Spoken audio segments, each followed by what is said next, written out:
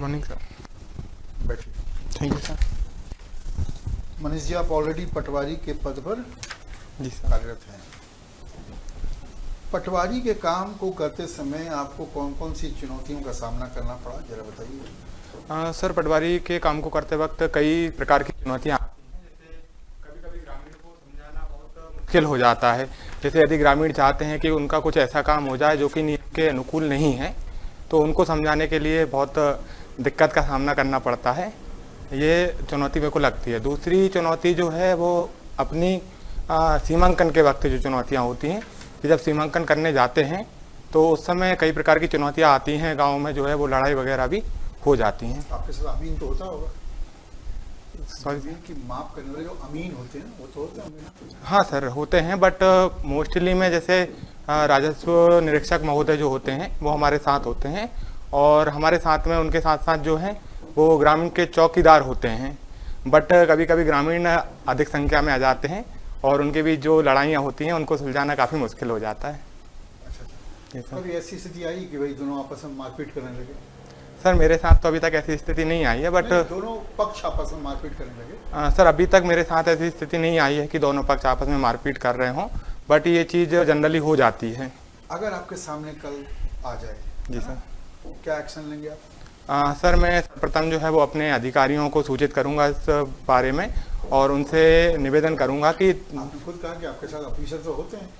Sir, केवल राजस्व निरीक्षक महोदय होते हैं, बट उनके पास भी मजिस्ट्रियल पावर नहीं होती है जिससे वो पुलिस को सूचित कर पाएँ। तो मैं अपने जो अपर अधिकारी हैं, जिनमें तहसीलदार महोदय या अनुविभागीय अधिकारी महोदय हैं, उनको बताऊंगा और उनसे पुलिस की मांग करूंगा। जी सर। आप उनके बीच क्या समझौता कराने के लिए कोई प्रयास नहीं करेंगे? सर, क्योंकि ये लड़ाइयाँ तभी होती हैं जब वो आपस में समझौता नहीं करना चाहते हैं, क्योंकि पहले तो पटवारी द्वारा या फिर राजस्व निरीक्षक महोदय द्वारा पूर्ण कोशिश की जाती है कि उनको समझाया जाए और उनको मौके पे ही जो है वो विवाद को निपटा दिया जाए। परंतु देखा जाता है कि ऐसे विवाद तभी होते हैं जब वो आपस में नहीं समझते हैं या बहुत ज़्यादा विकट स्थिति आ जाती है, तो उस समय पुलिस को बुलाना ही जो है वो उचित प्रावधान है। अभी देखा होगा आपने, एक घटना घटी थी सर पिछले महीने। जी सर। किस राज्य में घटी थी कि भाई वो एक आदमी जो है जमीन के विवाद में ही आपस में लड़े थे, जब वो वापस आए तो उसी दिन उनकी हत्या कर दी गई। मध्य प्रदेश की ही यह घटना है। मध्य प्रदेश के मुरैना में ये हुआ था कि 10 साल पुराना एक खेती का विवाद था, जिसमें पहले भी जो है वो गोलीबारी हुई थी 10 साल पहले। उसके बाद जो है वर्तमान में जब वो अपनी बेटी की शादी के लिए आए तो उसमें गोलीबारी हुई और 4-5 लोगों की हत्या हो गई थी। आपने अपना हॉबी दिया है क्रिकेट देखना। जी सर। खेलते नहीं? सर, पहले क्रिकेट खेलता था, किंतु अब वर्तमान में जॉब के साथ साथ पढ़ाई भी है तो समय उतना नहीं मिल पाता है। परंतु हाँ, जब भी मुझे समय मिलता है तो मैं क्रिकेट खेलता हूँ। बैटिंग करते हैं कि बॉलिंग करते थे? सर, मैं बैटिंग करता हूँ और नंबर 3 पे मैं बैटिंग करता हूँ, और उसके साथ में यदि टीम को आवश्यकता होती है तो मैं ऑफ स्पिन भी फेंक लेता हूँ। अच्छा। जी सर। इंडिया में सबसे बढ़िया ऑफ स्पिनर कौन रहा है?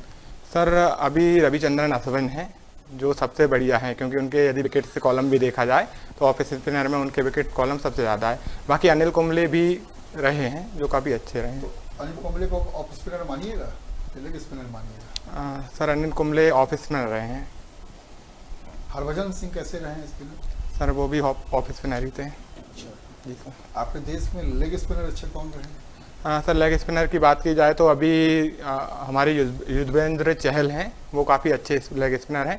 उसके अलावा कुलदीप यादव हैं जो काफ़ी अच्छे हैं। मुझे इनके बारे में ही जानकारी है। अच्छी जानकारी है।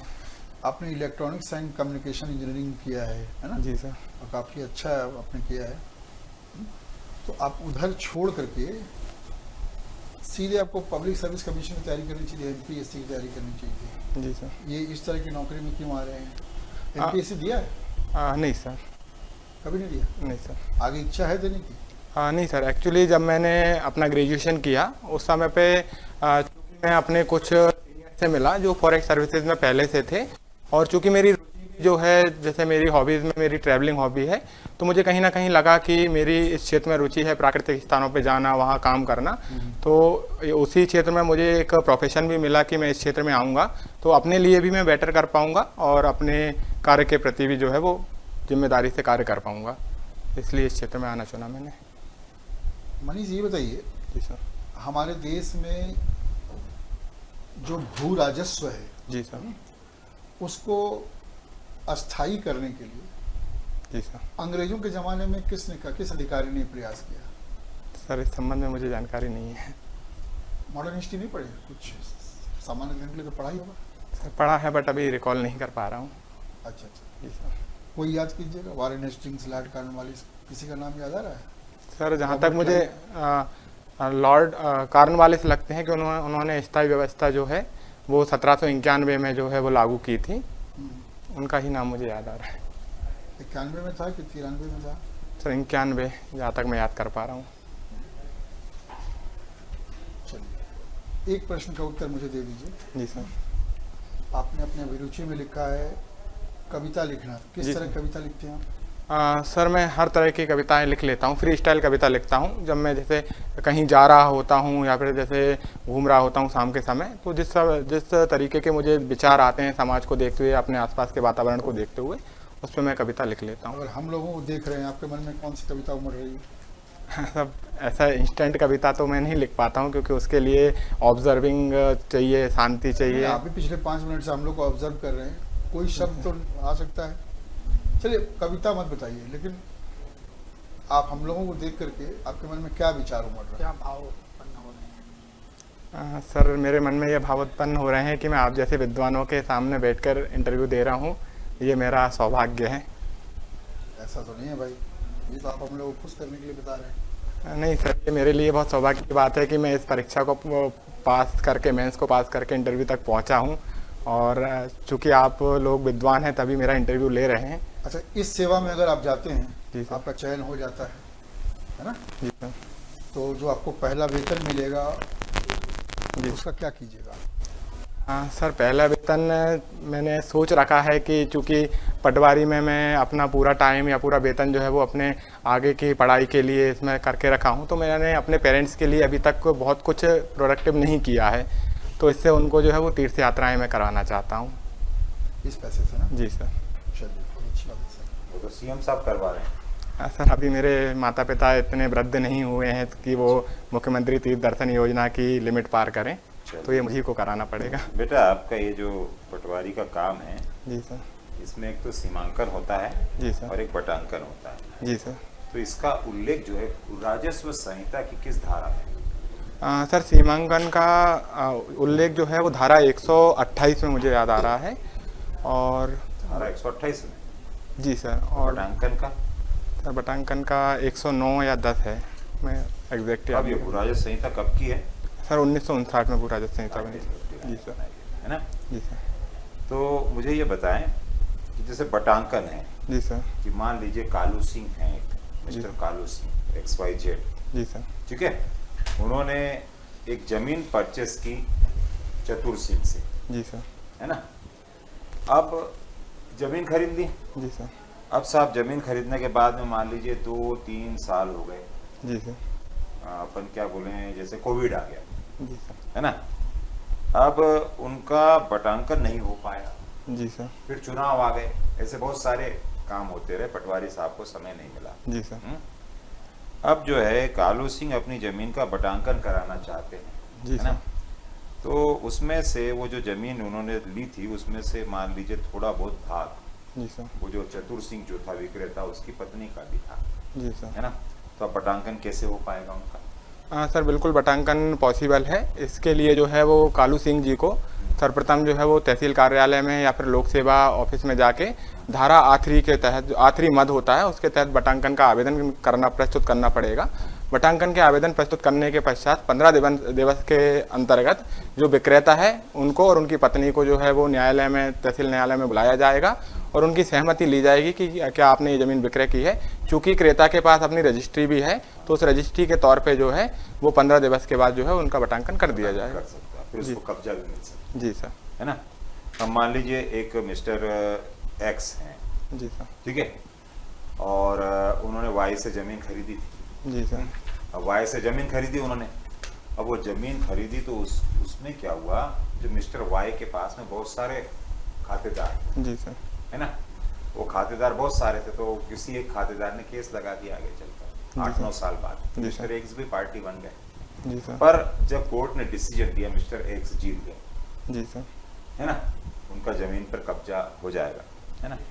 अब उनको जमीन पे कब्जा लेना है जी मिस्टर सर। एक्स को। जी सर। मिस्टर वाई पर केस लगा था, पर पार्टी एक्स भी बने जी थे। सर। वाई पर केस लगाया था किसी अन्य खातेदार ने, परिवार के सदस्य ने, जी सर। पर वो हार गया। अब जब मिस्टर एक्स जाते हैं अपने खेत पर, तो मान लीजिए वहां पर किसी और ने वहां थोड़ी जमीन पर कब्जा कर रखा है, जी तो सर। कैसे छुड़ाएंगे वो? सर उसके लिए उनको सर्वप्रथम जो है वो सीमांकन का आवेदन करना पड़ेगा तहसील कार्यालय या फिर लोक सेवा कार्यालय में। यदि वो लोक सेवा कार्यालय में सीमांकन का आवेदन करते हैं तो 45 दिवस के अंदर तहसीलदार महोदय जो है वो राजस्व निरीक्षक महोदय और पटवारी महोदय को आदेश पहले देंगे। उनका सीमांकन हो चुका था मान लीजिए। जी सर। सर यदि उनका सीमांकन हो केस चुका लगने के पहले ही, तभी सर तो यदि जीते हैं वो। हाँ, यदि उनका सीमांकन हो चुका था तो फिर वो सीमांकन की जो है वो प्रति प्राप्त करेंगे कानून को ऑफिस से, और उसके पश्चात जो है धारा 250 के तहत कब्जा कार्रवाई का। साहब यहाँ पर आप जितनी भी बात बता रहे हो, इसका मतलब है आप पटवारी के जॉब को आपने पूरी तरह आत्मसात कर लिया है, उसके बाद फॉरेस्ट में क्यों आना चाहते हैं? सर चूंकि मैंने, जैसे कि मैं जानता हूं कि मेरी स्किल्स जो हैं वो मैनेजमेंट स्किल्स काफ़ी अच्छी हैं और लीडरशिप क्वालिटीज़ काफ़ी अच्छी हैं, तो मैं जो भी कार्य करता हूं वो काफ़ी दिल लगा के करता हूं और पूरे मन से कार्य करता हूं। तो जैसे मैंने पटवारी में कार्य किया है, अपने 4-5 साल में सीखा है, वैसे ही जब मैं फॉरेस्ट में जाऊंगा तो वहाँ भी अपने कार्य को पूरी उससे करूँगा और दिल लगा के करूँगा और कार्य को सीखूंगा, और जो भी मैंने अपने पटवारी के कार्य में सीखा है वो मैं ट्राई करूँगा कि फॉरेस्ट में भी उसको उपयोग कर पाऊँ।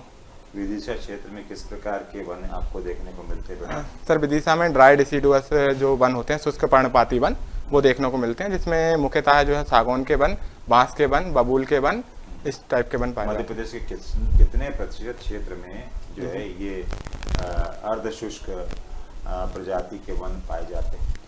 सर प्रतिशत तो मुझे प्रॉपर याद नहीं है, बट मध्य प्रदेश का तो दक्षिणी और दक्षिणी पूर्वी अब आप पटवारी महोदय हैं तो मुझे सिर्फ जेएफएम के बारे में बता दो, जॉइंट फॉरेस्ट। जी सर जॉइंट फॉरेस्ट मैनेजमेंट जो है वो हमारी जो फॉरेस्ट पॉलिसी 1988 आई थी उसमें इसका कंसेप्ट आया था, और 1990 में गाइडलाइंस आई थी। ये एक ऐसा मैनेजमेंट होता है जहाँ पे कि फॉरेस्ट डिपार्टमेंट लोकल ट्राइबल्स और ग्रामीणों के साथ मिलके वनों का संरक्षण, संवर्धन और उनके सतत उपयोग को बढ़ावा देता है। इसमें विभिन्न लेवल पे 3 अलग अलग कमेटियाँ होती हैं। अलग अलग कमेटी बनती, क्या क्या नाम है उनका? सर जो एक कमेटी होती है उसका नाम होता है इको डेवलपमेंट कमेटी, जो कि कोर एरियाज में बनती है। दूसरी जो होती है वो वन सुरक्षा समिति होती है, जो कि सघन वन में कोर एरिया से 5 किलोमीटर की रेडियस में बनती है। और तीसरी ग्राम वन समिति होती है, जो कि विरल जो वन होते हैं वहाँ पे बनाई जाती है। ठीक है सर। मनीष शर्मा जी। जी सर। वनों के बारे में कितना जानते हैं? सर काफ़ी पढ़ा हुआ है वनों के बारे में। अच्छा, जी सर। ठीक है। विदिशा का पुराना नाम क्या है, प्राचीन नाम क्या है? सर विदिशा के डिफरेंट समय पे कई नाम रहे हैं। जैसे हमें देखने को मिलता है कि जो हमारा महाजनपद काल था उस समय विदिशा का नाम दसाण हुआ करता था। उसके बाद विदिशा का नाम भेलसा भी रहा है, कुछ समय के लिए महामलिस्तान भी नाम रहा है, और वर्तमान में नाम विदिशा है। ठीक है। यदि हम आपको इस पद पे सिलेक्ट करते हैं जी सर। तो आपकी प्राथमिकताएं क्या होगी? सर सर्वप्रथम मेरी जहाँ भी पोस्टिंग रहेगी मैं वहाँ पे जाके देखूंगा कि क्योंकि मध्य प्रदेश एक बहुत बड़ा भौगोलिक एरिया है, हर एरिया की अलग अलग समस्याएं हैं, अलग अलग प्रकार के वन हैं।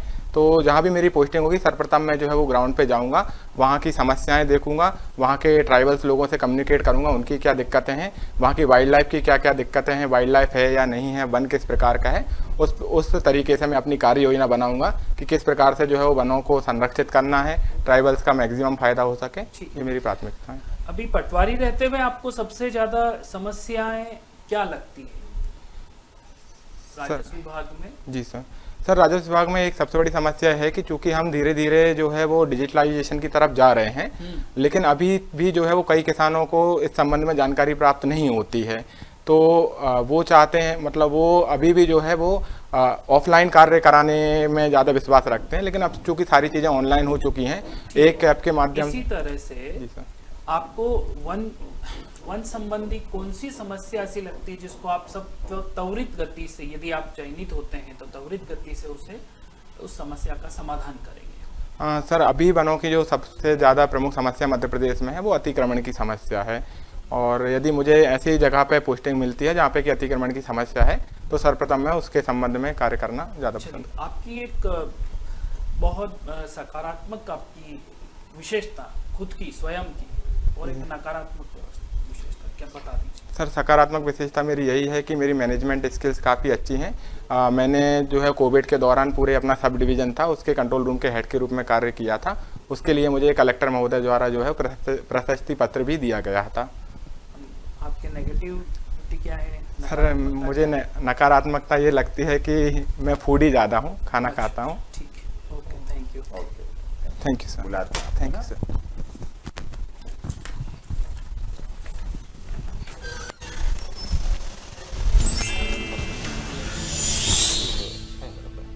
बत्तीस लाख तो है। हाँ है, 32-33 तो आएगा। एक धारा प्रभाव बोल देता है। धारा तो सर हाँ, कर लिया होगा फ्लुएंसी विश्लेषण। है अच्छी है। सर को 33 तो मिलने चाहिए। क्यों सर, आप क्या सोचते हाँ बिल्कुल बिल्कुल। चलिए हम तो एक नंबर और दे हैं? ये अपने विभाग में अच्छा है सर ये। हाँ पटवारी। अपने पकड़ पे पटवारी वाला काम पर अच्छा वही उससे ज्यादा है, वही पूछेंगे। बुला लीजिए सर।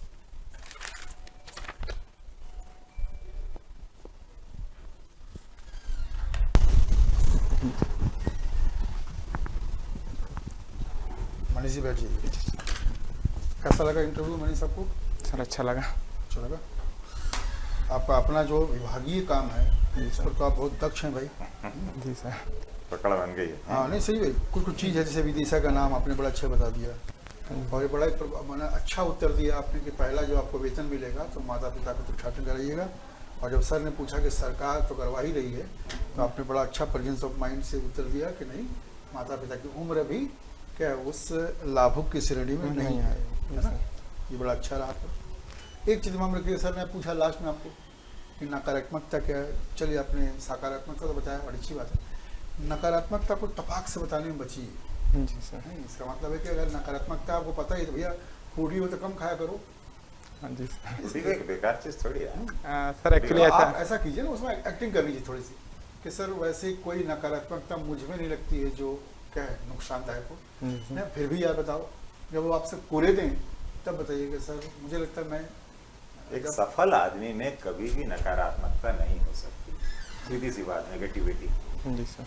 है ना सर। मुझे मेरे भीतर नेगेटिविटी कहीं भी नजर नहीं आती है।